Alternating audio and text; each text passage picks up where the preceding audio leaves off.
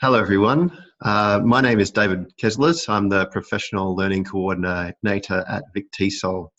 Hello and welcome to this VicTESOL webinar. I'm going to start with an introduction and an acknowledgement of country. So I'd like to begin by acknowledging the traditional owners of the land I speak to you from today and pay my respects to elders past, present and emerging. This year is the United Nations Year of Indigenous Languages, and VicTESOL would also like to acknowledge the rich lessons that we as educators can learn from Aboriginal peoples who have created and maintained a link through language that has lasted for tens of thousands of years. Today we welcome two presenters. From Foundation House, we have Greg Gow, the Program Coordinator of the School Support Program, and Matt Roger, the School Support Officer for the West Region in the School Support Program. Today they'll be presenting a webinar on their recent report, School is Where You Need to Be Equal and Learn, Insights from Students of Refugee Backgrounds on Learning and Engagement in Victorian Secondary Schools. During this session, if you wish to ask a question, please use the Q&A function at the bottom of your screen. For IT assistance, you can use the chat function, or alternatively, you can email victesol@victesol.vic.edu.au. Please be aware that during the event will be recorded and made available afterwards. So without any more information, please welcome Greg and Matt.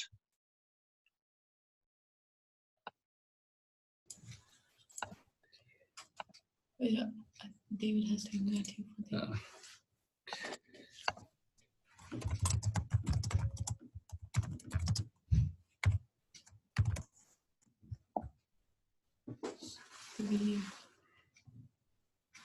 Can you hear us, David? I can. I can hear you, Matt. If you can just turn on your video, we're ready to start. I've done it. I need you to give us hosts. You have to give us access. Oh, okay. I might just ask Carly if she can sort you out. 1 second.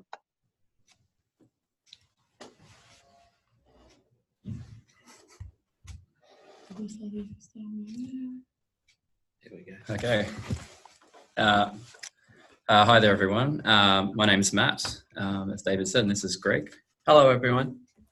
So yeah, we're here to present The School is Where You Need to Be Equal and Learn, insights from students of refugee backgrounds on learning and engagement in Victorian secondary schools. And that's a quality of research project that we've conducted over the last couple of years. And we feel very privileged to be able to share this with you today. And so this research was undertaken by the school support team, members who are currently in the team and members who have since left over that period of 2 years. So I'll just share with you our slides.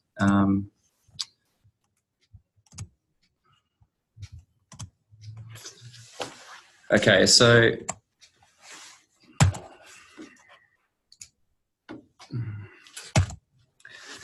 just a little bit about what we do in the school support team. The school support team offers specialist service to schools across Victoria, and due to the support of the Department of Education and Training, and all our services are provided at no cost to schools. We have a team of 10 staff, and we support government, Catholic, independent and English language schools, both primary and secondary across metro and regional areas in Victoria. So we provide, as you can see on the screen there, we provide professional learning, secondary consultations, we develop resource, and we deliver the Refugee Education Support Program, which we do in partnership with the Department of Education and Training, and also the Centre for Multicultural Youth in collaboration with Catholic Ed and Independent Schools Victoria. Currently in the REST program, which is a cluster-based approach, we are working with 31 schools, and we support schools to identify and implement strategies to support their families and students of refugee background.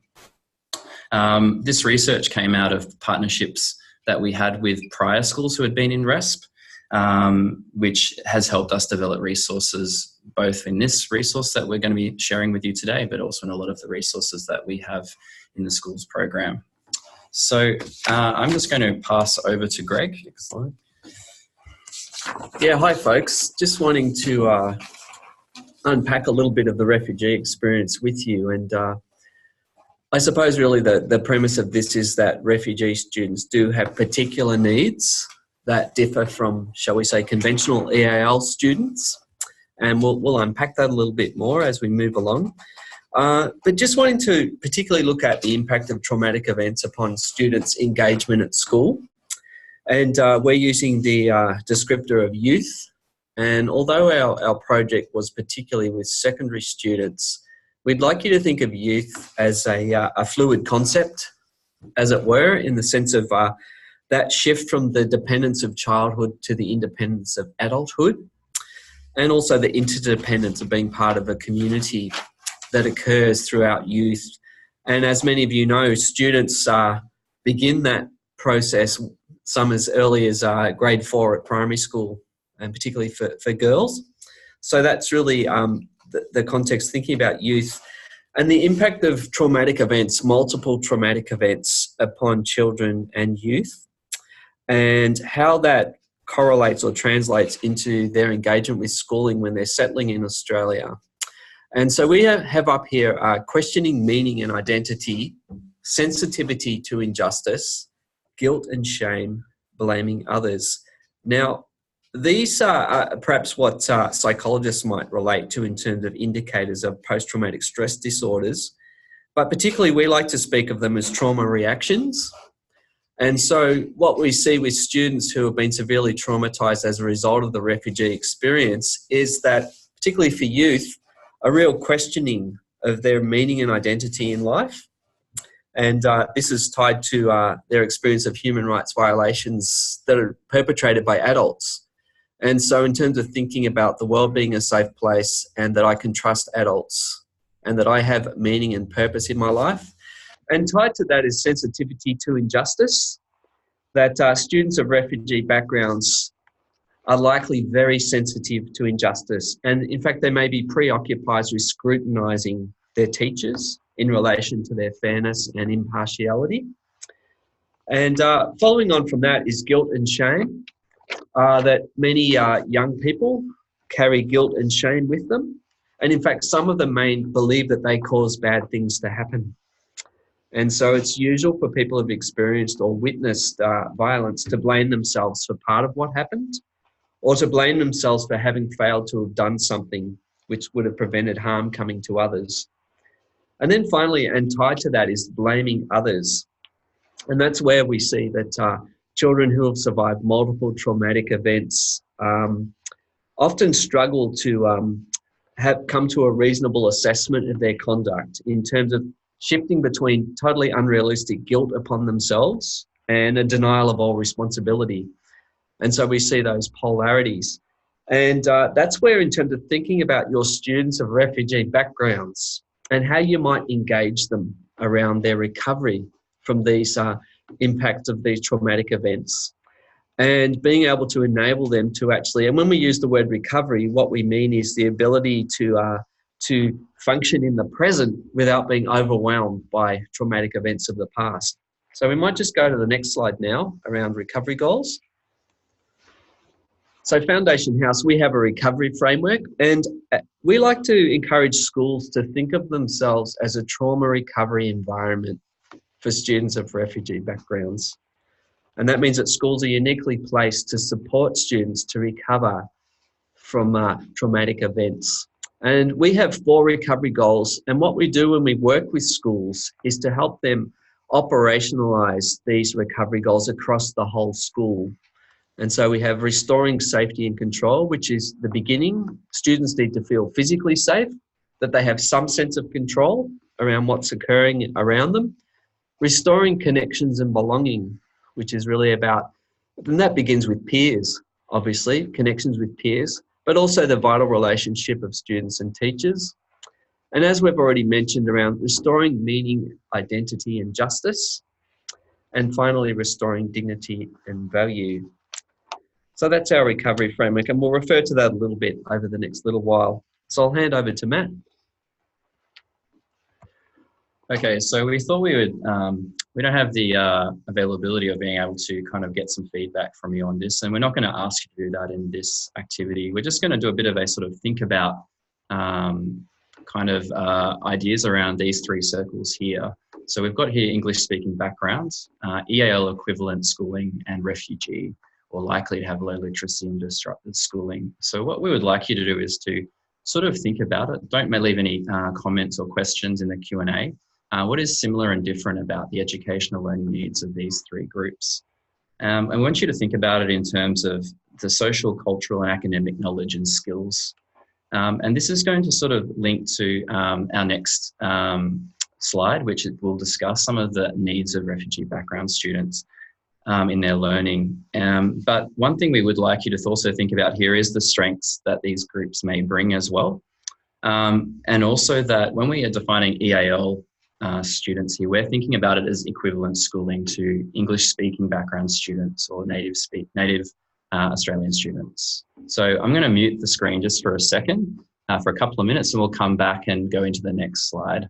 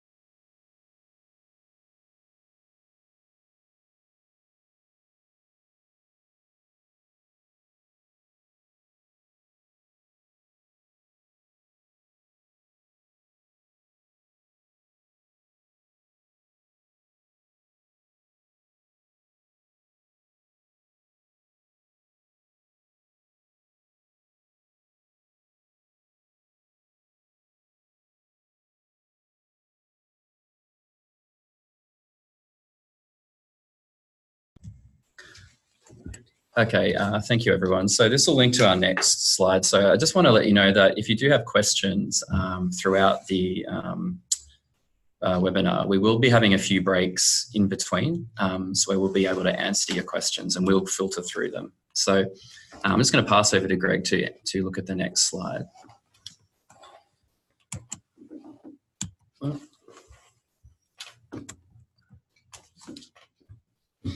Okay, so we've started to explore the refugee experience with you and the impact of traumatic events. And we've already signalled to you that refugee background students do have particular needs. And this is where we'd like to unpack that a little bit with you in terms of students from refugee backgrounds often facing additional challenges. Now, experiences of persecution, violence and other traumatic events that the likelihood is that your students of refugee backgrounds have survived multiple traumatic events, and that includes fleeing from their homes, their families fleeing from homes, and then crossing a number of borders. Now, depending upon the country of origins of your students, the likelihood is that they would have spent extended periods of time living in refugee camps or in urban centres. And in those situations, the human rights violations would have continued. And so experiences of persecution, violence and other traumatic events are over a number of years. The second one relates to disrupted or no previous formal schooling. What we see now, this obviously depends on the region. So for example, from the Africa region, there may be a likelihood that students have had virtually no schooling.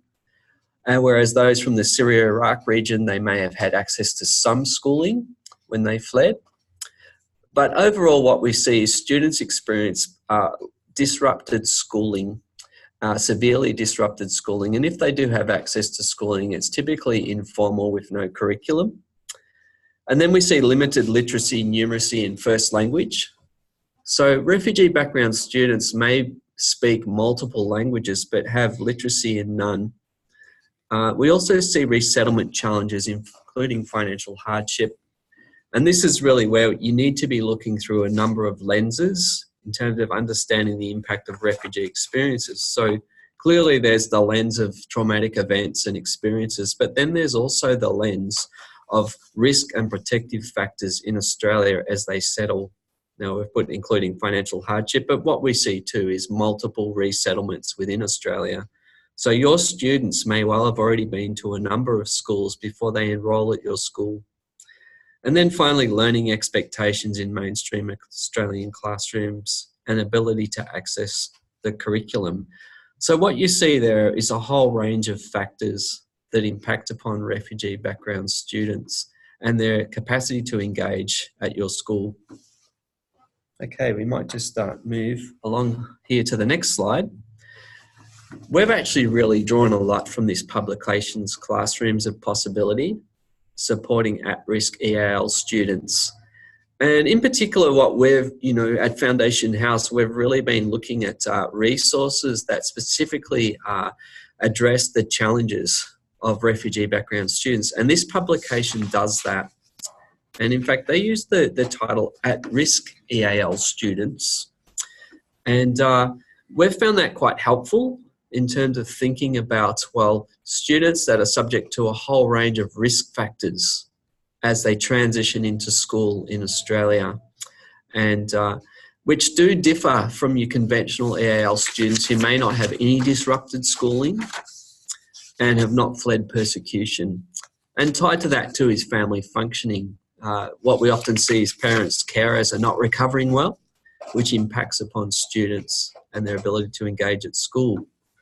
So we're now going to move into giving you an opportunity to put some questions to us and set up the chat room. So we'll take a question break now just for a few minutes if you'd like to submit any questions. Thank you. So we're just going to mute it for a minute. We'll mute you for a minute.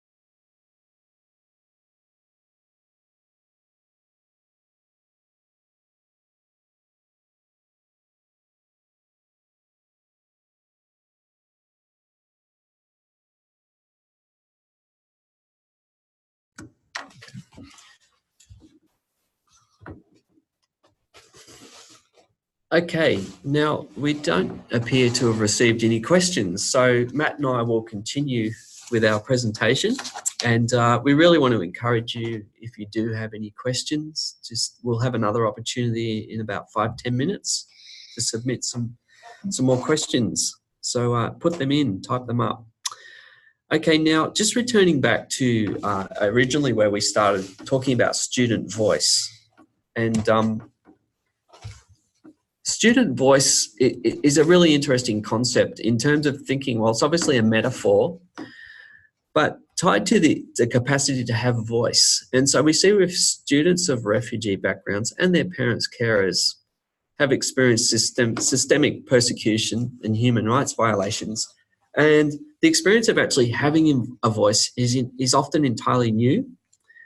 And We like to encourage you to think of student voice as a means of supporting the recovery, the trauma recovery of refugee background students. Now, we highlighted there at the start sensitivity around injustice, being highly sensitive to injustice, experiencing challenges around meaning and purpose, and guilt and shame and blaming of others.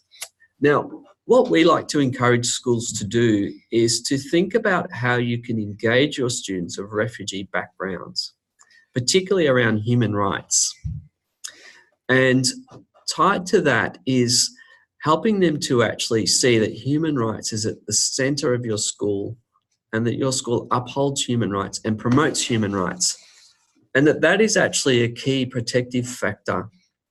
And there are a whole range of ways that you can do that, but one effective way is promoting student voice and agency and leadership. And so what we're going to show you now is a project that we conducted over an 18-month period across 3 secondary schools in Victoria, where we actually went to those schools and we participated in partnership with the schools, asking students what facilitates your engagement and learning at school and what acts as a barrier to your engagement and learning at school. And this was really about hearing from the students themselves and hearing from their experiences. So it was an activity, an exercise in student voice. Now, the participants had all arrived within Australia within a 5-year period. Some were very recent arrivals. Others had been here up to 5 years. Now, you'll see on this chart here, we have a map of Victoria. Now, we're not going to tell you the names of the schools that we worked with. However, they were secondary colleges, 2 in metropolitan Melbourne, 1 in the western suburbs of Melbourne, where we had 14 participants, and 1 in the southeast or the southern area of Melbourne, where we had 9 participants. And then we had a school in central Victoria with 28 participants. Now, participants self-selected, and we had notices sent out that were translated. If we needed parents' carers' consent, we had access to that. And we had students ranging from years 7 to 10 involved in the program. So I'll just move across a little bit here. So we conducted what we call student focus groups. And these were times when we actually met with students, and we had activities that were designed to engage them and include them. And all the written materials were read aloud. Questions that we used were general and open-ended, and participants were offered first language support. So particularly we had multicultural education aides participating in the focus groups as well, and a big emphasis there on creating safety. The focus group activities were held over 2 sessions across 2 terms, and we used a range of activities which allowed students to share their ideas with us. For example, we had a case study of a student that had recently arrived, and we asked students how might that student be supported, what might facilitate their engagement with schooling. We also had a magic tool exercise where we pretty much gave students a Harry Potter wand and said, if you had this magic wand, what would you do to help your school support students of refugee backgrounds? And of course, we did brainstorming, pair work, small group work, and formulating questions for other sites as well. Now, the students were very enthusiastic, and the first term, obviously building safety, but by the time we got to the second focus groups, students were really engaged and were highly motivated. So I'll go to the next slide here. This is an example. This is an image where we used a whiteboard, and what is helpful, what is not helpful. Students came up with sticky labels and identified what helps them, what doesn't help them. And it was from this that we're able to identify themes that we would follow up on in the second focus group. Hand over to Matt now. Okay, so I'm going to run through some of the key findings of the research, and we're going to look at 5 in particular, being the first one being pressure and mental health. So The students identified that mental health and pressure are two key areas of concern, and students spoke of feeling overwhelmed, lonely and missing home. Many participants spoke of the impact of pressure on their mental health and well-being, and this included pressure from parents regarding academic achievements, financial pressures, pressure to catch up academically with their Australian peers, and pressure to complete schoolwork and pressure to fit into new systems.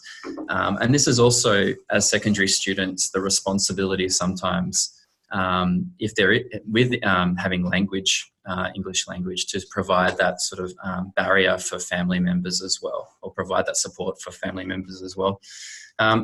So the image on the right that you can see here with the stick figure was drawn by one of the participants, and he explained that the arrows represented all the pressure that was being placed on him, both at home and at school.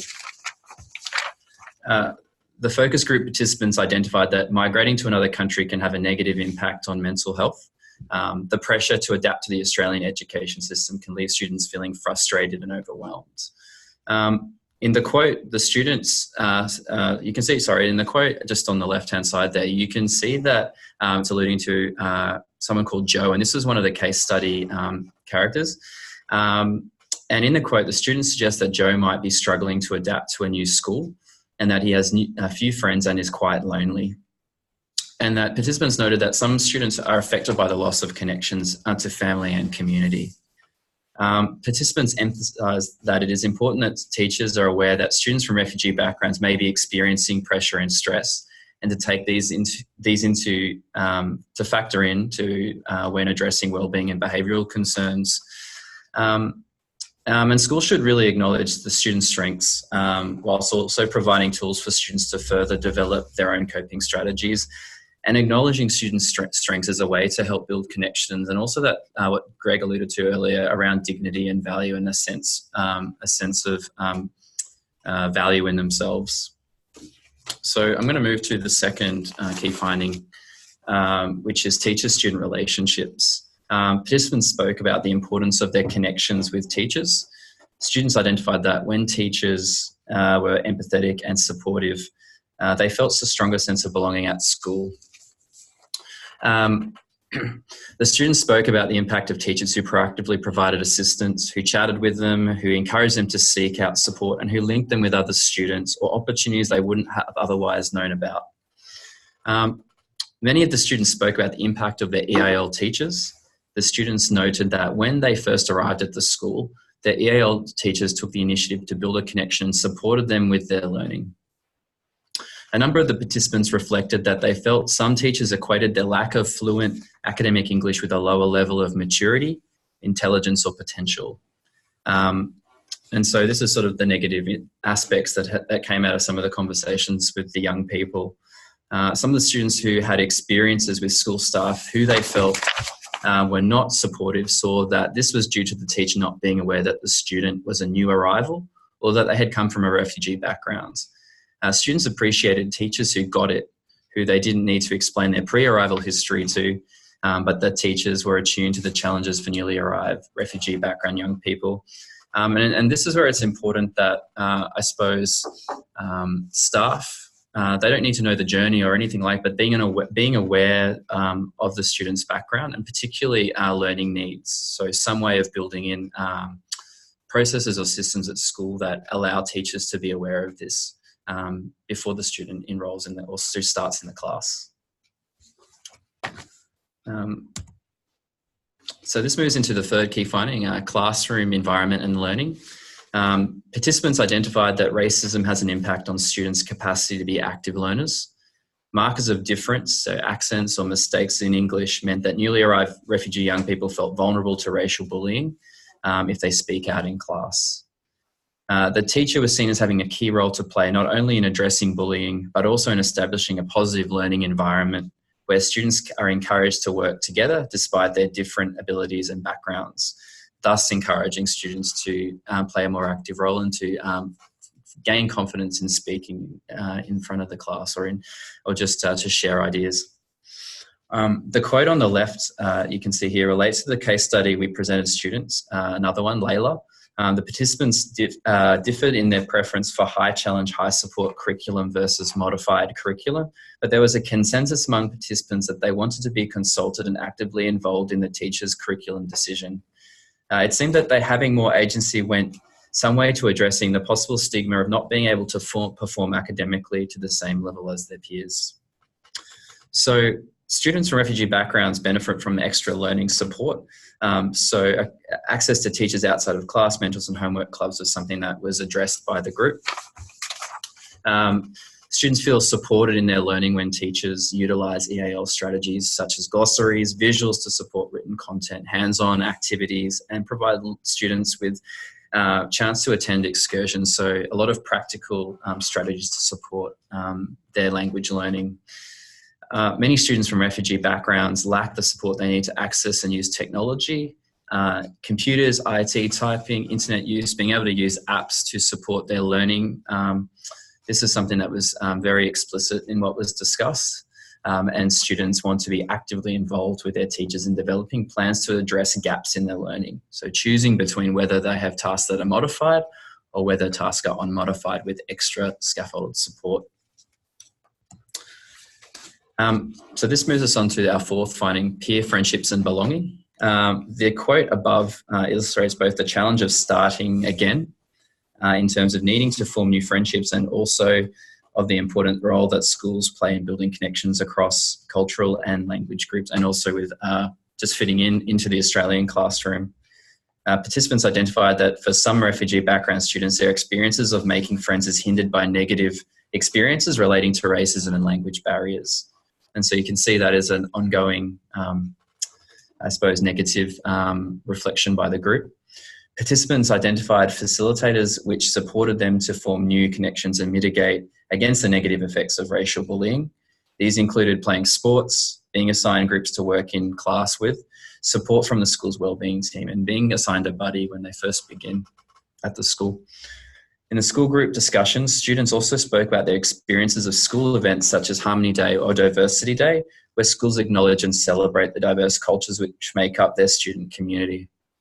Participants shared their positive experiences of these events and noted they helped to facilitate understanding and acceptance of all students. Interestingly, the majority of students who participated in this study thought that acknowledging cultural events throughout the year as they occur, rather than one-off events, was a better way to facilitate understanding and allowed students to learn about each other's culture on a deeper level and a more meaningful level. The importance of the school community having a proactive approach to establishing an environment that promotes belonging for all students is a key finding there. So newly arrived refugee background students would like their teachers' assistance and support to make friends, group work, sports, structured activities and games, as I mentioned earlier, but students from refugee backgrounds experience racism and discrimination at school, and schools should actively address racism and discrimination. This includes addressing less overt incidents of interpersonal racism, example, laughing at an accent or name calling or mistakes in English. Schools should actively address this through their communication and their policies and practices to all students. And just finally, our last one is on careers and pathways. And all the young people who participated in this project were secondary school students, and participants therefore had much to say about their experiences of planning a pathway, including their experience of choosing to undertake either VCE or VCAL and selecting subjects within these courses.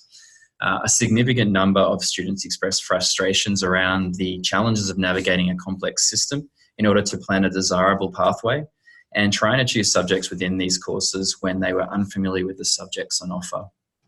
Some participants were able to identify specific facilitators which supported them in their pathway planning, such as career advisors, if available, and welcoming work experience, attending university open days, and extra events to support their understanding.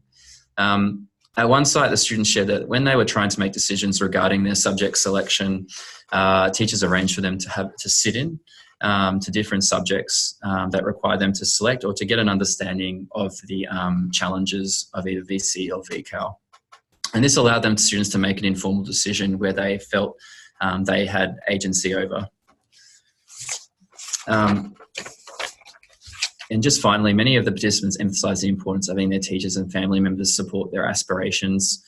So I suppose from this point of view, that conversation early on around careers and pathways is really important for both families and students to understand. So earlier on in the school, earlier on in their, I suppose, their high school lives. Students also appreciated the flexibility from their school when navigating course selection, as I said, allowing students to sit in, but also giving them information in home languages and flexible learning options for senior students. Many refugee background students require additional support to navigate their career paths, so extra sessions that support, or making sure that they're linked to university and TAFE open days and work experience options. So that just ends the part of our key findings that we're going to share with you. So we're going to pause again, I'll mute, and we're going to have a look at the Q&A. So please add a few questions that we can answer. And so we'll give you a few minutes for that. Thanks.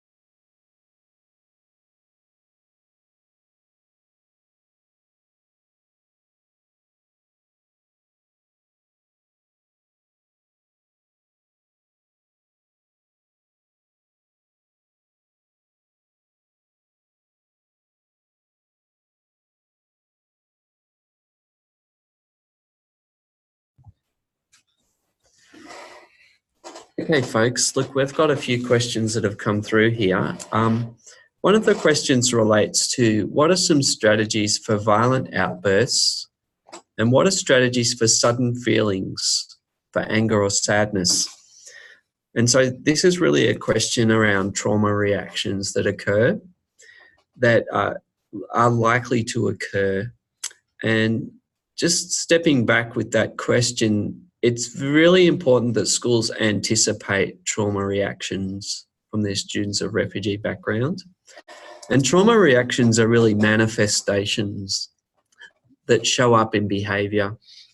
Now, sometimes that behaviour can be about shutting down, students disengaging and shutting down. And really that's about an attempt to manage emotions, or otherwise it can be about students becoming overly agitated. And these are closely tied to anxiety and fear, that students have strategies that they use to try and manage their feelings, their intense feelings of anxiety and fear. Now, these reactions can be triggered by what seem to us as normal everyday things. For example, an unknown person walks into the classroom, an adult. Now, for a student that's never experienced violence and persecution, they may feel quite safe with that. But for a student of a refugee background, that may well trigger a trauma reaction. And that's tied really to about predictability and routine.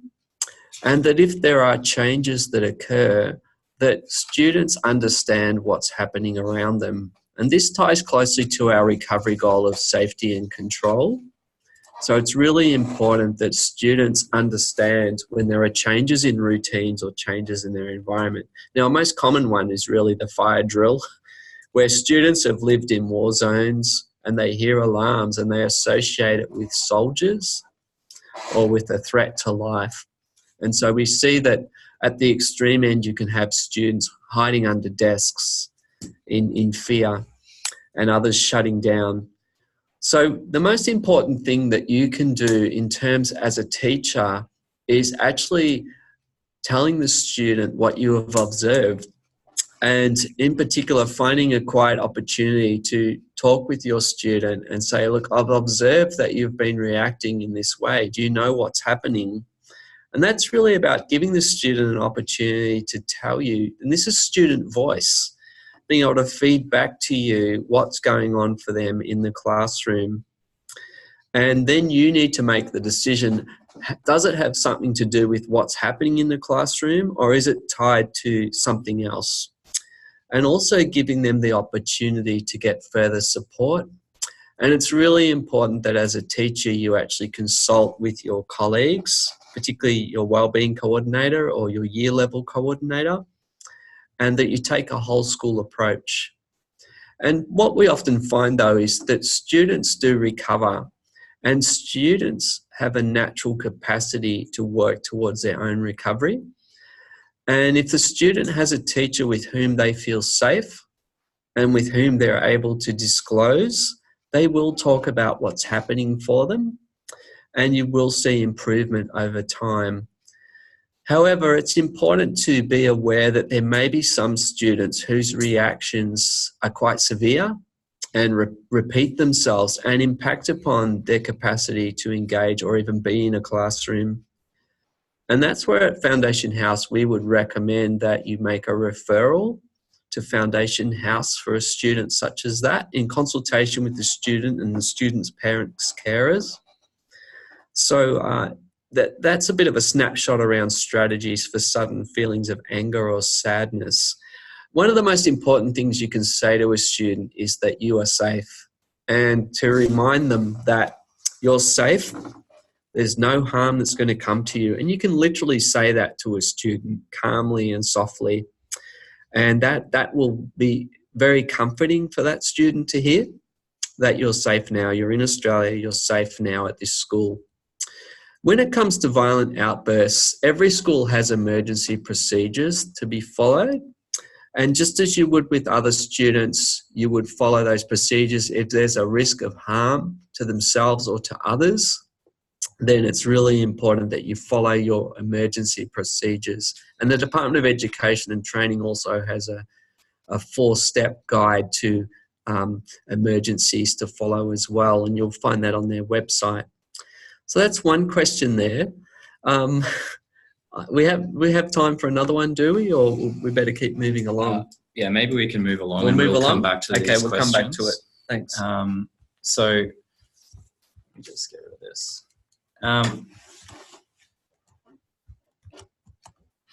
So actually, this is your part. This is me again. Okay, we're looking at students as experts, and really this is about student voice in terms of the assumptions that we make that students do have knowledge. They're experts about themselves. And so if we can find ways to hear from students, to gain their insights and to share them with our schools. And that was the key thing that came out of the findings in the sense of, and one of the questions earlier did actually relate to what's the most important finding from the research. And the most important finding was the role of the student-teacher relationship.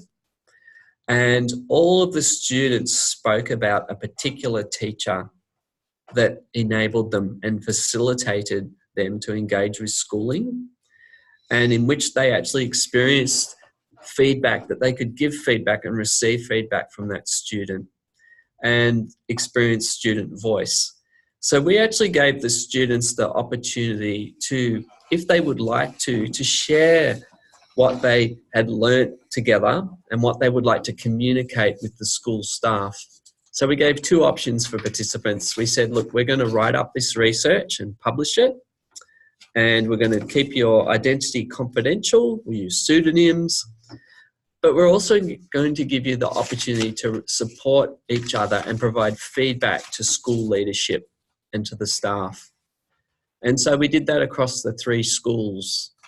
And this was really one of the, shall we say, we're talking about recovery, supporting recovery, a really significant thing for many of these students who had never before been able to come before authorities, in this case school leadership and school staff, and speak of their experience and what supported them and what are the barriers.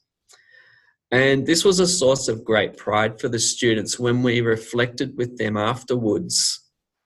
And most of them actually felt particularly pride that they'd actually been able to advocate on behalf of future students that will arrive and settle in their school, and that they were actually doing advocacy exercising leadership by actually supporting their school to grow its capacity to support new arrival students. And so that was quite significant. But then there were students that didn't want to share, and that was okay. As we see a quote there, one student said, "I really want to thank you for everything you did. Some of the stuff I said in here, I wouldn't say to anyone. I don't feel okay to say it." And so students had the choice. Okay, we'll just go to the next slide. So this is the publication that you're able to download from our website. I believe that the link has been sent to you. We called it, this is a quote from one of the participants, "School is where you need to be equal and learn. Insights from students of refugee backgrounds on learning and engagement in Victorian secondary schools." Now, school is where you need to be equal and learn. So a big emphasis there upon inclusion and connections and belonging, and that is tied to the capacity to learn. And so we see that students highlighted, and that brings us back to that key finding around the role of teachers, and students really being discerning about the kind of teachers that are actually impartial and that are inclusive in their practice, and that they were the teachers that they spoke most about. The teachers that enabled them to feel safe and connected within the classroom enabled their learning. So we really want to encourage you to have a look at that report, which you'll be able to download from our website. Okay, how are we going here now? We'll just move along a little bit. We also would like to talk a little bit about this resource, which some of you may be familiar with, the Department of Education and Training's Amplify resource, which is really about student empowerment, empowering students through voice, agency and leadership. Now, what we've been trying to do is build upon this research project by piloting a student voice workshop in another school in the north of Melbourne with a high number of refugee background students. And we're wanting to link the Amplify resource with the trauma recovery goals. And so we see the Amplify resource, and the Amplify is quite a good resource. It offers case studies and practices for you to have a look at. And particularly, it looks at three aspects of student empowerment. The first one being student voice, which is students actually know that they can impact the school, that they can have input into the school. So student voice is not just about voice in a classroom or a voice being heard. It's also a whole school voice, in the sense of students actually know that they can influence the school and influence change in the school. And student agency relates to the, shall we say, the existential experience of actually feeling that you can change things in a school. So it's not just a proposition, it's the feeling of agency. And then thirdly, leadership. Student leadership, and we've already given you an example of that, where leadership is really about being able to advocate on behalf of others, and students being able to advocate on behalf of other students. And that's really central to learning about human rights and social justice within the school environment. And so, as we alluded to earlier, students of refugee backgrounds, many of them are actually quite committed to social justice because they've experienced injustice over protracted periods of time. And so if schools are able to provide opportunities for them to actually advocate on behalf of others, as we've seen in this research project, that will be embraced. So student voice overall supports students to recover from their refugee experiences. So this is a good resource. There's a link that's provided for you for this resource as well, if you'd like to check it out if you haven't already. And then finally, the Australian Student Wellbeing Framework. You'll see in the Australian Student Wellbeing Framework, and we provide you with a link to this as well, student voice or authentic student participation is one of the key elements of this framework. And so, they're all interrelated, but student voice, and they use the word authentic student participation. So it's not just about students being on the student representative councils. It's about student voice occurring on all areas of the school's life, across the school. And obviously the classroom's central to that, and that relationship with the teacher and the student as well. So encourage you to have a look at that as well. So now I think we're going to move to another opportunity for you to ask some questions. We can have a little bit more dialogue, or somewhat dialogue. I'll hand that over. Okay, so I'll just encourage you to use the Q&A again. I'm just going to mute it for a minute, and then we'll come back and answer the other two questions that were posted as well.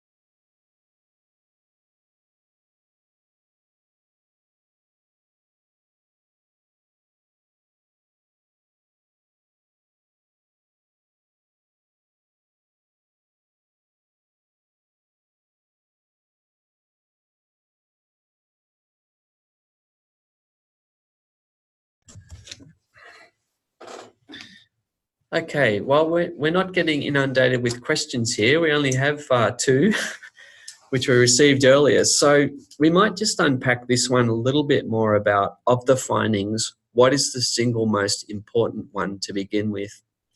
And I spoke a little bit about this in regard to the student-teacher relationship. And just let's explore that a little bit more in terms of thinking about disrupted attachments. Young people of refugee backgrounds, by and large, have experienced disrupted attachments. And what we mean by that is the kind of attachments that children make, attachments with neighbours, with communities, with school teachers, have been disrupted by the refugee experience. And the impact of that is it compromises their ability to actually form new attachments. And this is really tied to trust and the ability to make connections with others. And simply because refugee background young people have experienced extensive loss, that they do often have difficulty reinvesting in new relationships. And if we talk about recovery from the trauma of refugee experiences and schools providing an environment for that recovery to occur, then the key actors are teachers in partnership with the students.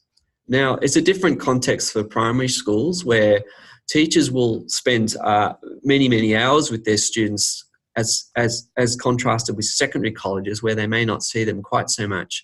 However, the same approach applies in terms of you teachers thinking of yourselves as being able to actually provide safety, being able to actually provide a relationship in which students feel safe to perhaps even disclose or share about their experiences, not at your prompting.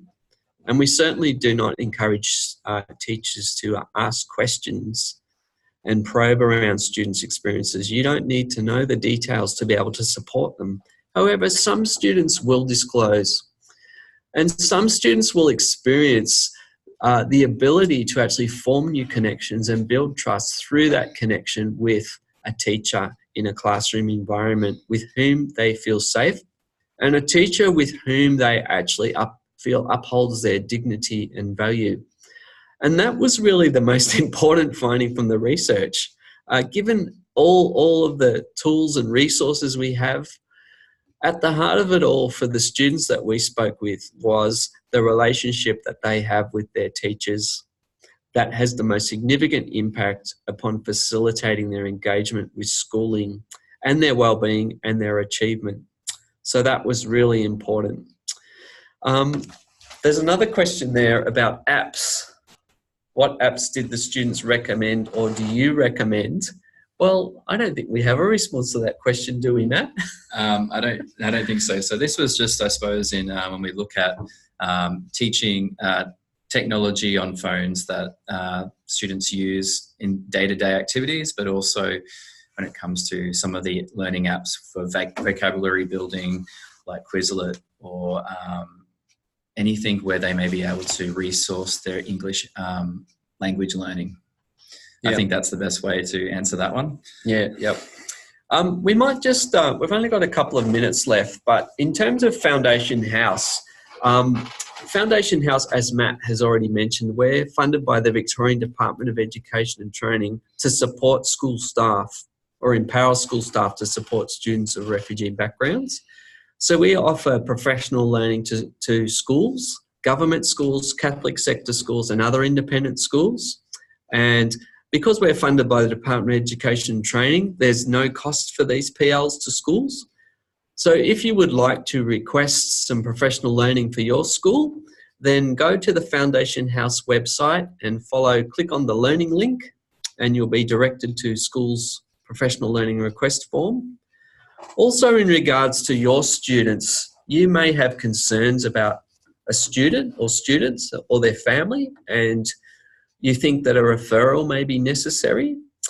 What we encourage you to do is have the conversation with the parents' carers. And if the parents' carers are willing to work with you on that, then you can go to our website and click on clients, and you'll see how to make a referral. And you can make a referral. There's a school's referral form, and we will be back to you after 5 days. A question has just come through here. Do you offer professional learning for TAFE? I teach VCE to refugee students at TAFE. Yes, we are able to provide professional learning for TAFE. In Melbourne, we've worked with Chisholm and Kangan TAFEs, and we've also worked up in Bendigo as well. So we're quite happy to work with TAFE colleges as well. So that's a positive for that question. Thank you.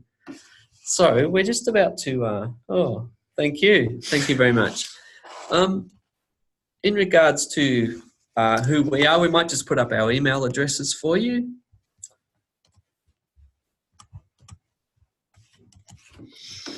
So Matt and I, we can be contacted if you'd like to email us. By all means, get in touch, and you can see that there. And yeah, we've really enjoyed this time with you, and looking forward to further opportunities. Yeah, thank you very much. Hello again. Vic TESOL would just like to say a really big thank you to Matt and Greg for your time today and for your presentation on such a relevant, interesting and important report. For me, it really hammered home the importance of student voice in the classroom and of a rights-based approach to teaching students. For participants, if you wish to read the report, there are links in, and other resources, there are links in the chat function at the moment that you might like to click on. Alternatively, you can look at the email that Vic TESOL sent out today. We've also sent out in the chat function a link to a survey. We would love to hear your feedback, so if you could possibly complete that survey, you can either go to the chat function or you can go to the email again. So thank you very much, Matt and Greg. And for participants, if you want to send a message to Matt and Greg of thanks, feel free to use the chat function now. Thank you very much. Thank you. Thank you.